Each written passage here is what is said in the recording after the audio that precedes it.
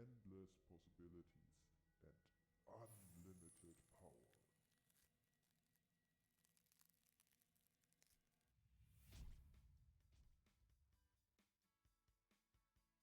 Yeah, hello and welcome to the Guru Lessons, the After Effects beginner course from marmorworld.com.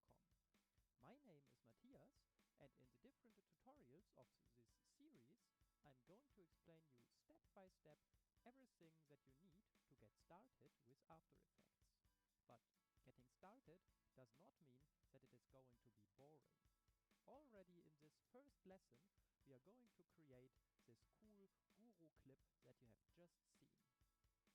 First, I show you how to import your footage and create the composition in which we are going to work. Then, I show you how to work with layers and change their position or scale, for example. Then, we are going to use blending modes to integrate the burning fire into the clip.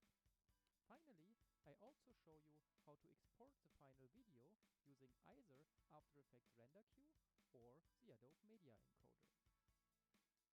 But now let's start with the first part and importing your footage. Okay, so here we are now in After Effects, and as you can see, I'm using After Effects CS4, but you also can use any other version. So all these basics are really basically the same in all the different versions, CS3, CS5, whatever. This is a startup welcome screen that you see at the beginning.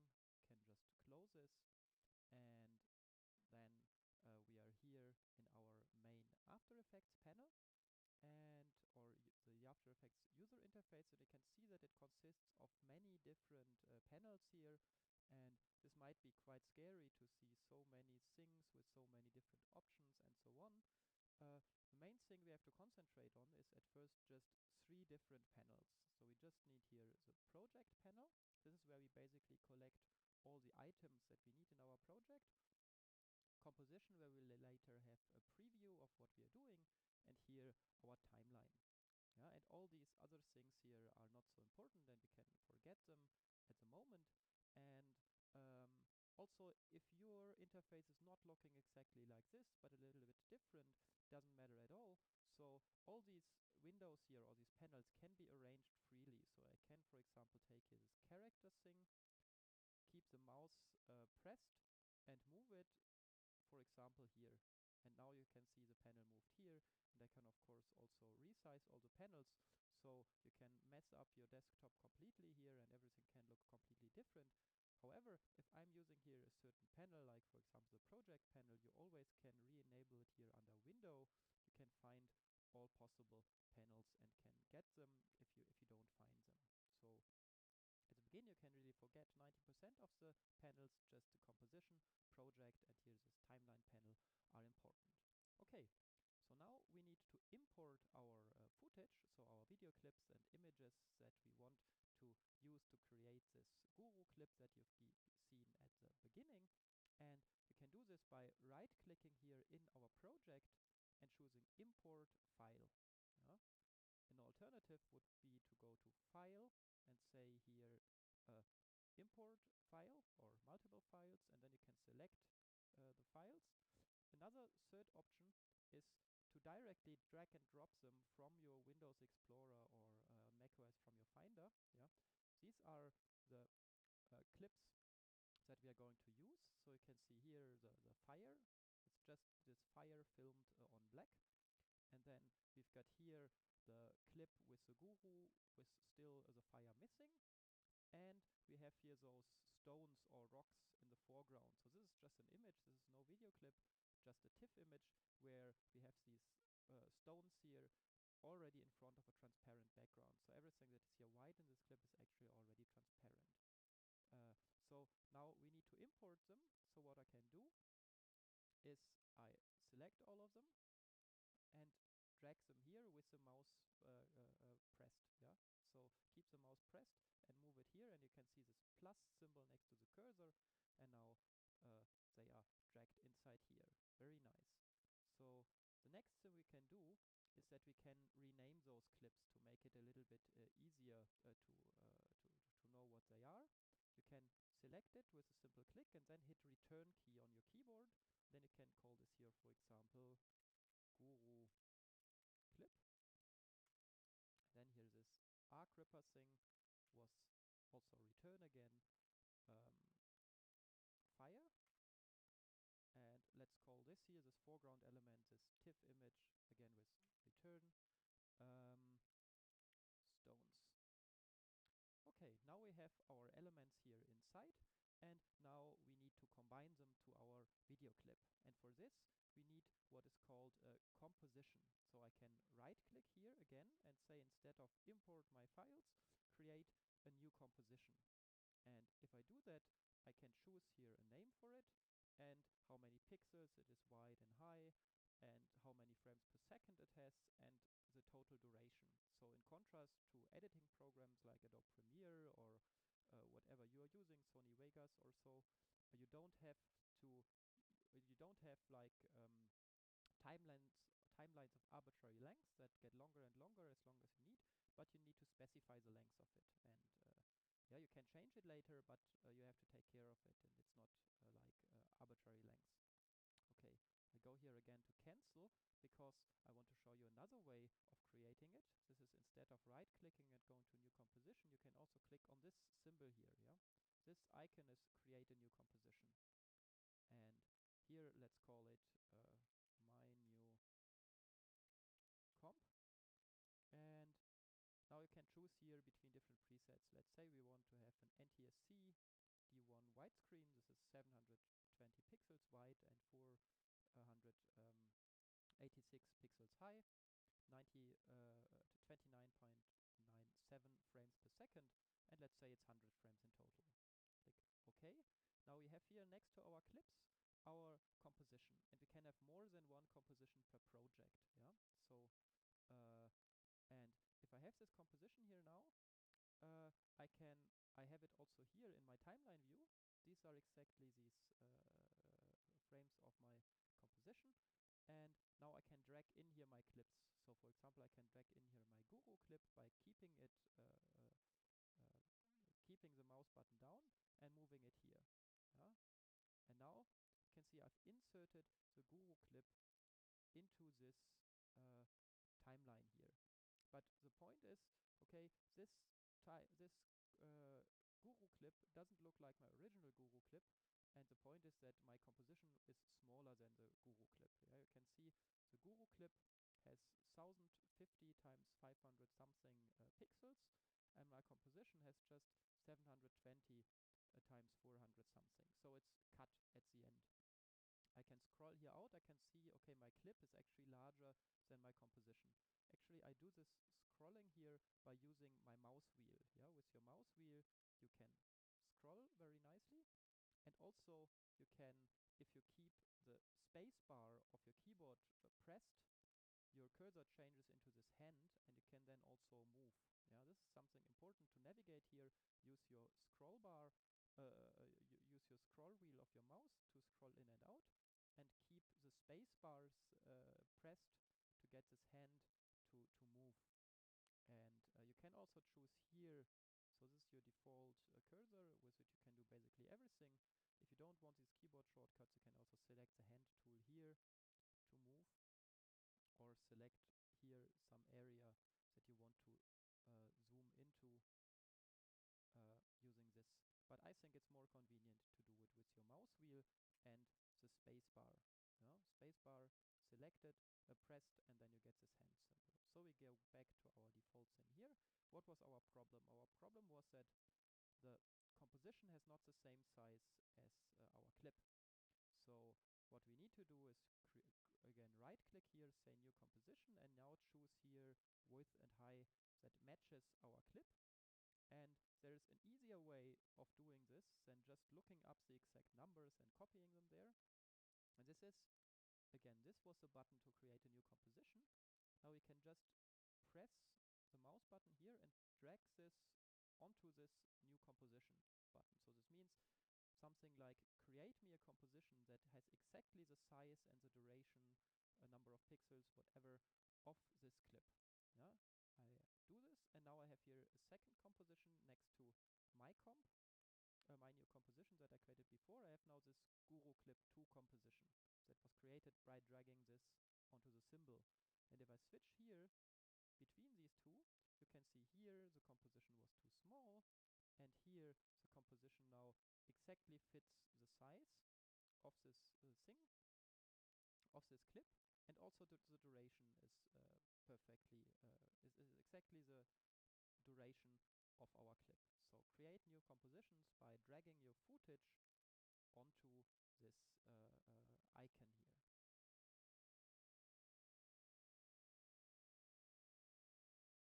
Okay, so this means now this is the comp that we are going to work with, and this is the one we don't need anymore because it has the wrong size. So I select it and just hit the delete key to remove it. Yeah, I can also probably right click on it. No, not exactly. Anyway, so I can select it and hit the delete key, and now it asks, are you sure you want to delete the composition? I say yes. So we are only left with this composition. And I again hit the return key to rename it and call it just Guru composition. Yeah. And okay, as you've already seen, I can drag this element here to jump or to look at different time points of my composition. Again, I zoom in here with the mouse wheel, and you can see now here the Guru is moving, and what is of course missing is still this fire element. So we can take the fire here too and drag it, yeah, with the mouse button. Keep your mouse button pressed and move it here. And now I release the mouse button, and the fire appears in this window and also here. So you can see we have now the Guru clip and the fire on top of it. Yeah? And the fire has only a certain duration, the clip, and now it is here, the fire is not existing anymore. Okay, you can now arrange those elements here in time. Yeah, so I can move here the fire clip forward and backward, and in time I can also zoom in with this here. And an important thing, if you look at this fire clip, is that here at the beginning you can see there is this detonation films written, and only after a few frames at this point, let's zoom in even further. So at this point the actual clip starts. So if I want to trim the clip, I can just move here to this beginning of the clip and just move it like this. Yeah, and we will do this also for the end, because here you can see the fire is occurring, and at some point here it's just occurring a second time.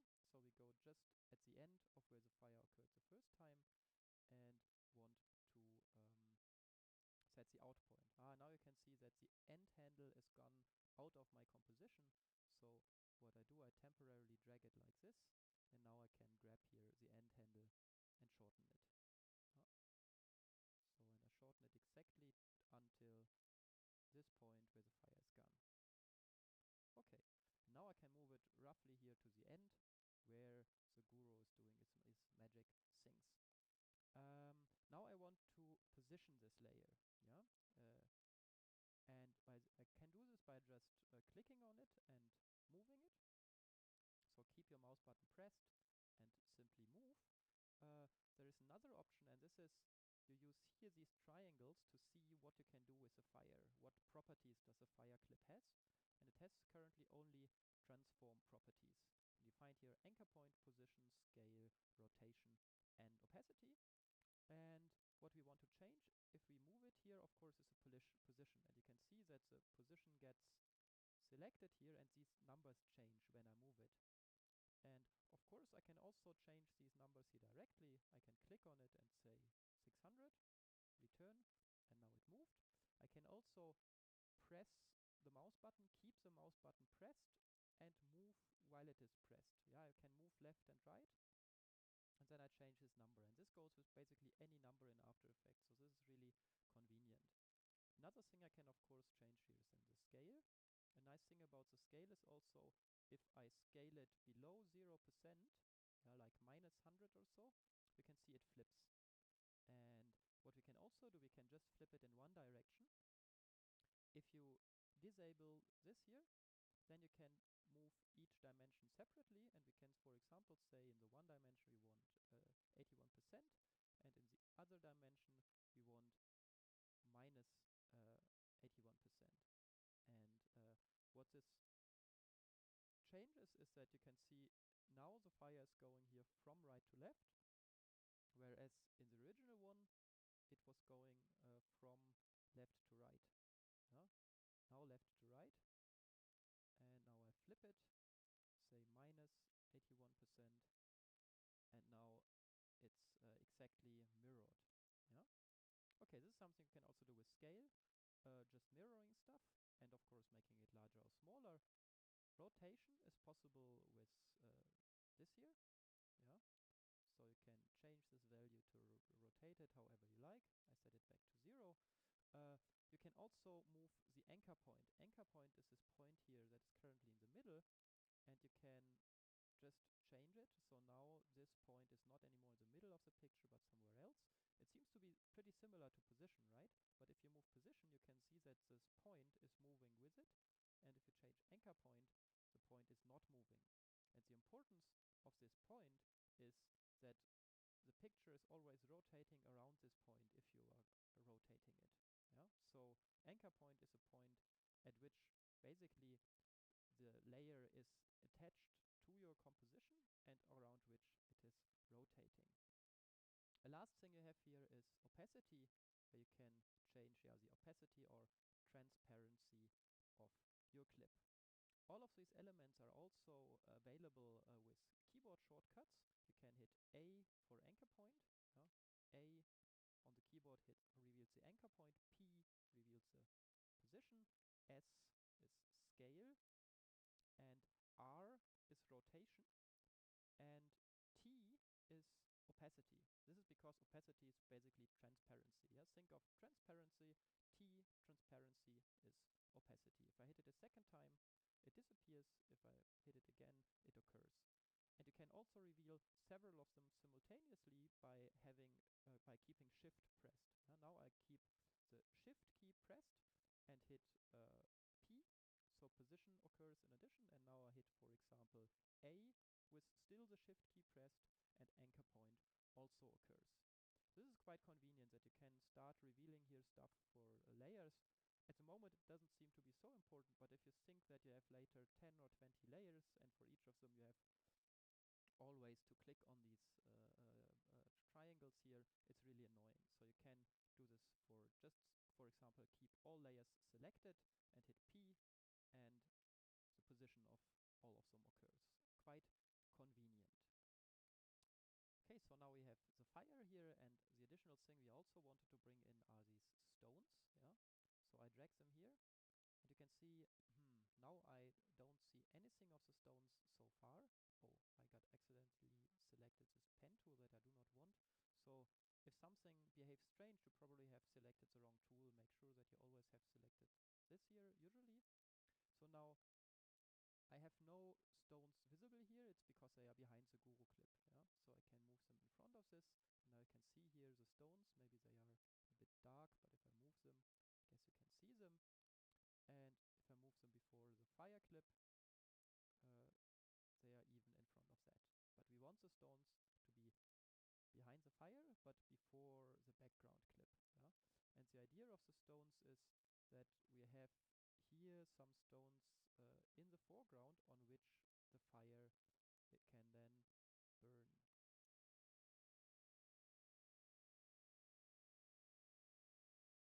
So here are the stones, and now I select here the fire and move it roughly there.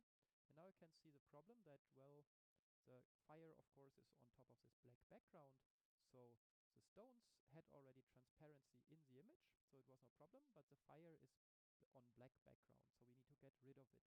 And you might think we could use some effects to somehow turn black into transparency, but we actually don't need it. You can use something much easier in After Effects, which are the so-called blending modes. So you can see that all layers now have the blending mode called normal, which means if this layer is on top of the other one, you can just see this one. Yeah, no matter. So it's just basically this layer is the fire is replacing everything behind it. And now we want to change this. We want to change it. For example, we can let's try screen instead. And you can see, oh, it seems like the background is magically disappeared. It's just now screen means combine this layer, this fire layer, with the background in a different way. Yeah? And you can also try lighten, for example, which also doesn't look too bad.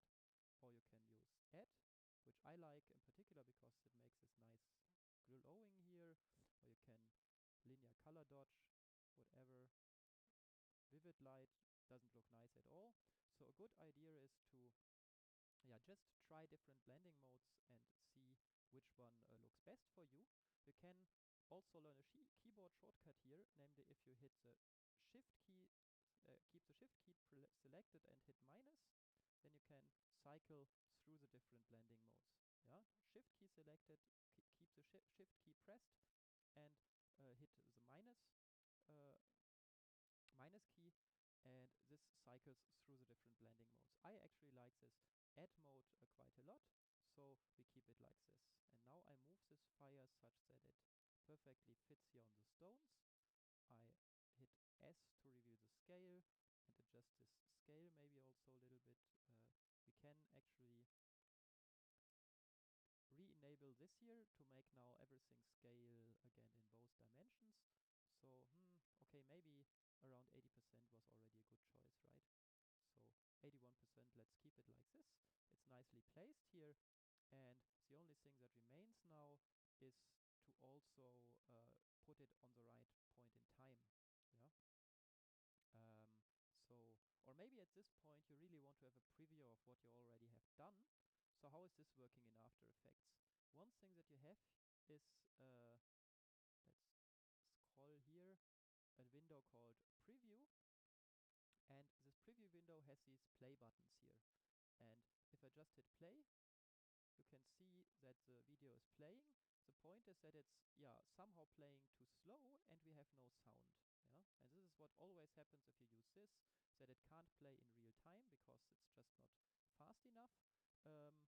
But what we use instead, and what you will use 99% of the time for doing previews, is this button here, RAM Preview. Yeah, forget about all of these. You will rarely use them. Just this one button.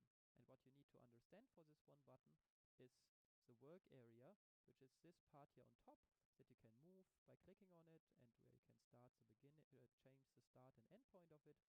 And if you want to see a preview of, for example, this area here, we just click on RAM Preview, and then such a green bar will occur that says, for this, I have already pre-computed the clip in my RAM. So I click on it, and you can see it here growing. It is a long and stony way, but at the end, you will gain endless possibilities and unlimited. It is a long and stony way. Okay,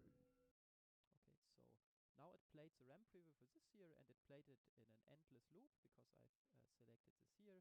You can change this by clicking on it, so now it will just play it once. Now it will play it in a loop, and now it will play it forward, backward in kind of a ping pong fashion. Yeah, but I actually always like this loop thing. And if I want to see a preview of some other area, I just move this, hit again RAM preview, and you again see it starts computing the RAM preview, and once everything in here is green, it plays it for you. Me as your teacher. Okay, I think this idea is clear. And now if we again look at this part, you could see that the timing here was not perfect. The fire occurred before it should occur. Way, but at the end, you will gain endless possibilities and unlimited. So this part was actually the one where when this hand movement here happens, then the fire should actually start occurring. Yeah. So about here. So I take again this clip, not the beginning or something, but in the middle. I press in the middle to move it such that it starts at this current point in time. Yeah. So again, let's look at RAM preview of this part. Endless possibilities and unlimited power. Endless possibilities and unlimited power. I think this looks very good. And the next step is, of course, the question, how can I export this clip now? And if you want to export a clip, there are two options basically. The first option is that you use that you render inside After Effects, and the second option is that you use the Adobe Media Encoder that you can also use with Premiere, for example. And whatever, so we are going to show you first the way to do it inside After Effects. For this, it's important that you set your work area to the area that you want to export. In our case, we want to export the entire clip, right? So we set it here from the beginning to the end to cover everything. And then we go to Composition and say Add to Render Queue. And if I do this, you can see that here a new window occurs, Render Queue. And in this queue, you have now one entry, namely this Guru composition, that should be rendered. And you can add more compositions if you like. So if you have several compositions in your project and want to export all of them, you can add them all to the render queue. And then you can choose here between different render settings, current settings, draft settings, whatever. So best settings is here usually a good choice. And output module is actually the kind of video clips that you want to have, so which codec to use and so on. And here you have also different presets, H246 iPod video, for example, animated GIF, whatever you like. Lossless is, for example, by default, a lossless AVI video. And then you can modify those. By this here, I just choose one of the presets, in this case lossless, and now I can modify it by clicking on the text itself actually. And there we can see that actually the lossless is usually just video for Windows and no AVI, but you can also change this to say I want to have, for example, audio only. You can export a WAV file. You can export H264 H264 encoded video. You can choose Flash video, whatever you like. One thing I also like very much is to export to TIFF sequences. This will give you not one video clip, but single images for each frame. So a lot of TIFF images. And the nice thing about this is that if you have a folder containing thousands of TIFF images, if you need to change something in your project, you don't need to replace the entire file again and again. So let's think of, we are choosing here TIFF sequence, hit OK, and then we say here OK, it should be saved here to some directory. So here you choose where to store it. So we get now a lot of Guru composition TIFF files, Guru composition 0001, 0002, 0003, and so on. And the nice thing is, let's say this rendering takes half an hour, and later you get the idea, maybe I can do this fire here and still a little bit cooler by adding some effects or whatever. Then you only need to re-render the TIFFs for this part. So if at the beginning nothing changed, you can just replace those TIFF images here by choosing the work area like this and just rendering out only this part here. What usually is rendered is just the work area. At least as long as it's set like this here in the render settings. So the default best settings, if I click on it, say time span work area only. Then a clip only for this is created, and this is very nice. Okay, if you now really want to create these images, you hit on render, and that's it. Then it starts rendering and creating all your images. But I'm not going to do this now because I want to show you the second option of how you can export your stuff. Okay, and the second option to export your project is to save your After Effects project. You go to File, Save, whatever, and then you start the Adobe Media Encoder that I have here already open. So let's make this a little bit smaller, like this. Actually, I have here the German interface because I don't know how to switch it for the media encoder. But anyway, you go to File and then Add After Effects Composition. So in German, After Effects Komposition hinzufügen. But in your version, probably Add After Effects Composition. And then you have here the option to navigate on your hard drive this After Effects project, and then it opens this After Effects project here and shows you here all the compositions of this project. Takes a while, and now you can see, okay, we have here the Guru composition in this project. Now just hit OK, and now you can choose your options of how you want to encode it. So again, you have here NTSC presets, whatever presets you want. You can directly export it as YouTube video. For example, let's say this is a YouTube widescreen HD video. Then you click. So this is what you choose here, format and preset for this format. So H264 video, and I want the YouTube widescreen preset for it. And then you choose here the file name where you want to save it. So this is okay for me, or you can say also call this Guru final video. And then you click on Start Render Queue, or in German Warteschlange starten, and your final video is rendered.